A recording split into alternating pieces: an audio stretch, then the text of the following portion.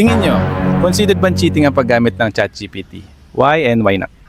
I think po depende po sa paggamit. OMG, wait lang po. Pwede po siya. Yan, since yung ChatGPT na pa, Gagamitin nyo lang naman po siya as reading ganun or grammar check.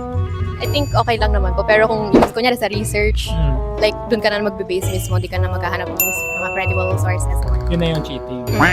Using AI po to help you study is okay, but relying on it every time is not okay na kasi you're also hindering yourself then from learning actually. Kasi niloloko mo lang din yung sarili mo kasi hindi naman ikaw yung natututo, yung AI lang din naman yung mas natututo. Kapag halimbawa may binigay na homework, tapos dun mo na lang talaga inasa lahat, ayun, Yun ang cheating. cheating talaga yun. Pero kapag kumukuha ka lang naman ng idea galing sa ChatGPT or nagpapaturo ka lang para ma-improve, gano'n, malaking tulong po talaga siya, lalo na sa mga estudyante. Yeah. Mga estudyanteng nagkakraming.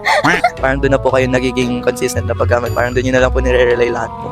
Para sa akin, hindi. Nowadays, parang practicality na lang din. There are some outputs na kailangan creative mind talaga yung mind mo talaga yung nag-iisip. Well, there are some yung kailangan po ng basihan. pero nag-cheat ka na gamit yung ChatGPT? Hindi po, never Hindi po. ba? Hindi po ako nag- O hindi pa nahuli? Hindi. Ay, hindi ba? Nung high school ka ba gumagamit ka na ng cheating? Opo. Yeah, baby! Paano mo siya ginagamit? Yun nga po. Gagamit na, pag-cheat na rin naman ako. Gagamit. Okay. Ano lang naman. Hindi, ano lang naman to. Kumbaga, sa atin lang.